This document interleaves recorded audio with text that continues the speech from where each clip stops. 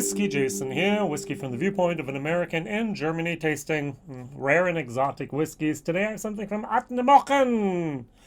Now, this is called release number 3. There is a 03 here that I understand. This was bottled in April of 21, which I understand. So AD April 21, third release. Very, very good. So this is one of 17,502 bottles, according to the information on the bottle and online, if I can say this correctly. So, and it has 46.8%. Over here in Germany, I bought this for 49 euros and 90 cents. Now, Ardnamurchan is a distillery that is very sustainable. So they actually, I've been to different distilleries and asked them how do they create the heat for their stills, and most of them will say we either use gas, some of them actually use oil. They use wood chips. They use wood chips from a sustainable forestry. So there's a farmer who actually plants new trees, then harvests his old trees, turns them into wood chips, and they produce their electricity and their heat from that. There's also a little bit of hydropower going on there that they could get it from, and so on. So very sustainable. If you look at the box, this is not the best. I've hardly ever even touched the box, and it's falling apart already. But it is recycled cardboard. It's not the best to read here. Recycled chip cardboard with words on it in very, very tiny print. But hey, they wanted to be sustainable, and I like that. So you have a little map here. You have Ardnamurchan up here, a very remote region. It belongs to Adelphi, so I cannot complain about anything else here. A Grill Western Highland Scotland distillery, Ardnamurchan or Morchan, Ardnamurchan. So very, very nice. So now the good thing about Ardnamurchan is if you take a look, you always have a QR code, and if you type in the QR code or you put it into your phone and then onto my screen over here, I get information. Now, on the site www.ardnamurchan-distillery-co.uk/single malt detail ADSM -04 -12 -3 / blah blah blah blah blah, I get the information that there's 17,502 bottles, and I have the bottle number 17,671. How can I have bottle 17,671 when there are only 17,502 bottles? I don't get that. All right, so some things I'm still not really 100% sure of with Ardnamurchan, how they do things and why they do things. So, good. I'm looking for my bottle again. Here it is. I'm going to compare it to this, which is AD, Ardnamurchan 0121, which is, of course, here then January 2021. And then I have the 01. Unfortunately, this is called batch number 2. Okay, batch number 2 is 01, but batch number 3 is 3, so where is the 02? I don't know. All right, I'm confused. All right, I just admit my confusion and move on in this case. All right, so let's do this. Now, these two are very similar, at least in my nose and my palate. The one is a little bit more of a peat moment, the other one's a little bit of fruit moment, and so on. But even from the details that we have of them, they're very, very similar. This here has 75% ex-Bourbon and 35% ex-Sherry, is 17,502 bottles officially. Over here, oh, wait a second. Over here we have 14,667 bottles, also 45% bourbon, 35% sherry cask, Pedro Jimenez, and Oloroso, also 46.8%. So both of these run around the 49 euro range, which I think is fabulous. Other things are much, much higher. Whoops, wrong bottle. Total Bake, for example, came out over here in Germany almost at 60 euros instead of 50 euros. 10 euros more. I'm going to actually compare it at the end, the two of those, just as a interesting comparison here. Now, I type in the information. I go to the website. I find all the same information I found in every other bottle about the type of barley used, about the mashing water temperatures, about the fermentation time, about the distillation. Everything's identical. The only thing I get is a little bit different here is I now know that Kelly Combe actually bottled this on January 19th of 2021. And then I go down here and I have my nice little cask information. Let's see if I can get this right here, all right? So we have a page of information about casks that are unpeated, and we have a page of whiskey that are peated. So I'm going to first start off here with the unpeated. So we have 2, 4, 6, 8, 10, 12, 14, 16, 17. We have 17 American Standard barrels that are unpeated. This time we only have vintages, and they're all 2014 and 2015. All right, so very good. And then we have some hogsheads that were in Pedro Jimenez. They are all Spanish oak Pedro Jimenez. And there are a total of 2, 4, 6 of those. And they're all from the year 2016. So we have 2014, 2015, and 2016 in here. So this is still a 5-year-old whiskey, just like this is. If it is even 5 years old. It might only be 4 if it's actually after April those barrels were filled.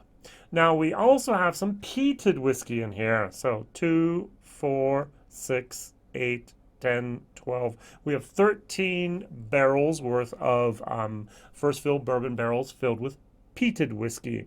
They are all from the year 2015. And then we have here some 2, 4, 6, 7. We have 7 peated hogsheads. Some of these hogsheads are Spanish oak oloroso, and some of these are American oak oloroso. Interesting. Now, I don't know about you, but when I go to McMurra, they also give me a list of all the different casks. And they did this on that day, and they did that on that day, and there's all this type of confusion in there. So also here we have some of these hogsheads with Spanish oloroso, some with American oloroso, and some of them 2015, some of them 2016. What I really don't understand is the numbering, because they have casks from 2016 double digits. They have 82, 83, 55, 75, 76. If they do that in order, why are the casks from 2015 in the 400s and the casks from 2014 in the 100s and 200s? Huh? Did they go back to zero? Do they do that every single year again? I really don't understand that. If I were doing casks, I would do them continuously. So start with number 1 and work my way up to 155,000, all right? So, but no, or I would have maybe a digit, all right? Let's 19 for 2019 dash 1 to 3,000, whatever, how many casks I fill up in a year. And then, and this is really what I never understood, and I'm not going to ask, but it's just like, okay, it's on the sheet. Why put it on there if you're not going to explain it? It says here, after they have all the abbreviations for the American Standard Barrel, the hogsheads, Spanish oak, Pedro Jimenez, the Spanish oak oloroso, the American oak oloroso, it says down below, retained AD, AD is Ardnamurchan, Solera, 1,118 liters of alcohol. So did they dump all these and then take away 1,100 basically liters of alcohol? And is that pure alcohol, or is it just the whiskey they had in the casks, the malt? All right, so many questions, and I do not have any answers. Maybe someone out there is much, much smarter than I am and understands this much better than I do. The thing that bugs me the most is that I have bottle 17,671 from 17,502. So somewhere, somehow, there's a counting mistake there, either with the QR codes or with my bottle that they have not yet fixed. All right, on the nose, finally I'm going to get to the nosing part. Now, the 012101, not great names there, is for me a bit smokier, a bit more of an ashy moment. Here at the 042103, I feel like I'm doing Elijah Craig, you know, with our B and then 5 and then 19. Yeah, B was the second batch of the year, 5 is the month of May, and 19 is 2019. After you get a hold of it in your brain, you understand it, but I haven't got a hold of it yet. All right, so I'm still learning the Ardnamurchan way of thinking and the way of labeling. All right, so I do get a little bit more of the that sherry influence here, not much. Now, this is a younger whiskey, which is okay priced, in my opinion. Other people are putting stuff out for 80, 100, 120 euros, and they're putting it out, at least in Germany here, for 50 euros, and other countries I saw also in Europe around 50 euros, and I think that's absolutely okay, yeah? 30 euros would have been much better, but hey, 50 euros is still almost acceptable in this overheated whiskey market times. Cheers.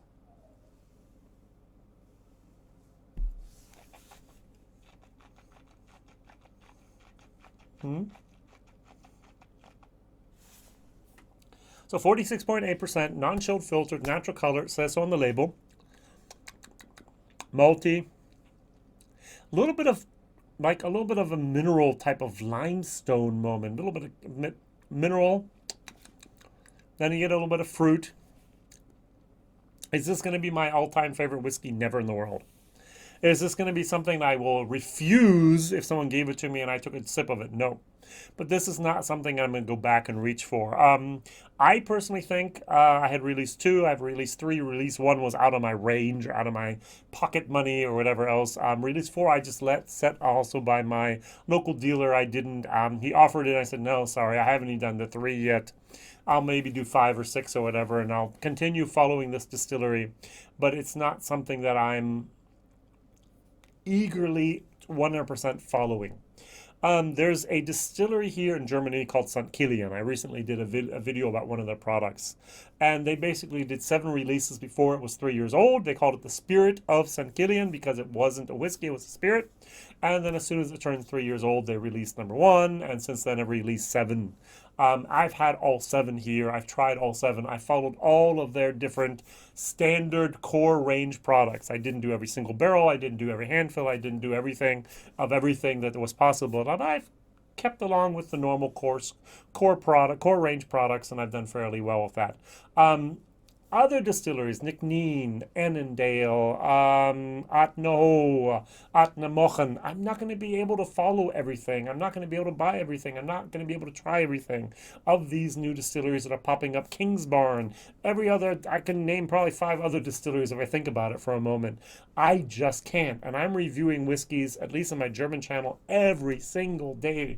And I've been doing this now for almost 5 years. 4 years of actually reviewing every single day, and over 5 years now of reviewing. I just can't keep up. And I do not understand how other people can try to keep up when I'm full of 100% totally overwhelmed with this. A lot going on in the whiskey business at the moment. All right, take a little sip of the 01 here.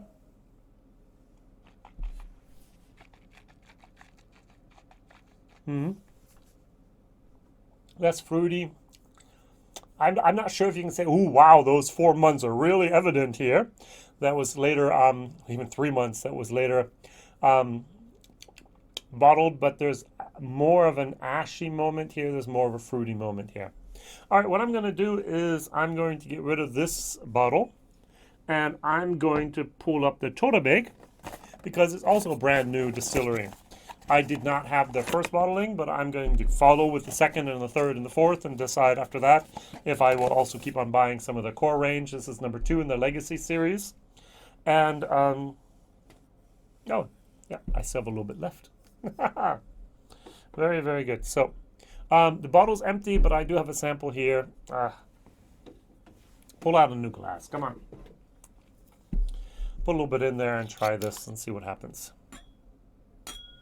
So the first thing that I do recognize is the color here. I don't know if you can see this, but this is much lighter than this. So there's more of the sherry influence here that we don't have here. Now with Totabake, I really had a problem. I wanted to figure out where they got their peat from. Totabake is on the Isle of Skye, and I'm not really sure if they're actually taking peat from Skye. I don't think so. The only information I can find, and there's a whole lot of information here on the back of the bottle. There's actually the different type of yeast, there's ppms, there's actually the different types of grains that were used. All that is beautifully explained, but the one thing that I'm interested in, where did they get their peat, is not explained. They do use Scottish barley, excellent. They do take it from the northern part of Scotland, which is called in whiskey terms the Highlands. So I assume, I'm making an ass of you and me, I assume that this is also Highland peat because I like it.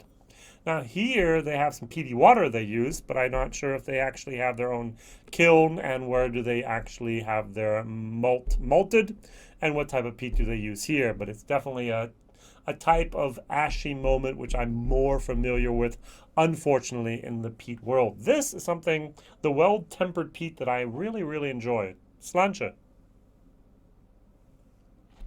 46.8. Surprisingly good. Surprisingly clean. Surprisingly pleasant. I like this better than I do this. So this is actually a solid C. Value for money, I'm going to give it a C.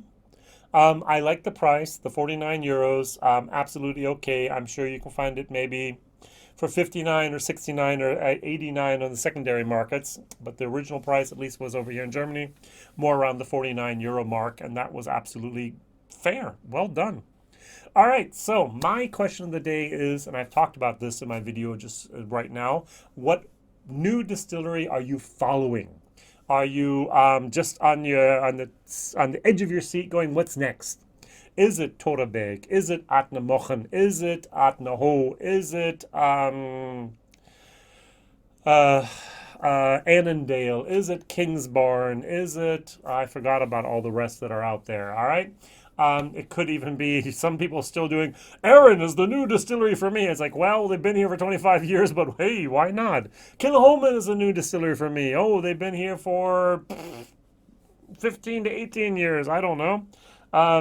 There are different people that have different perspectives of what is a new distillery, what is a new kid on the block. Nick Neen, I forgot about, and there's many, many, many others out there.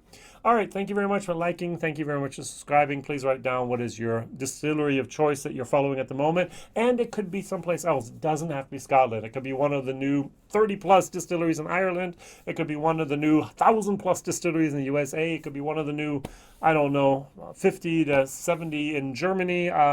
Anything could be out there that you follow, that you like and you love. Just write it down and tell me why. And tell us why. Maybe we can have a little bit of an interaction, a little bit of a conversation. Thank you very much for watching. All the best. Whiskey Jason here. Bye-bye.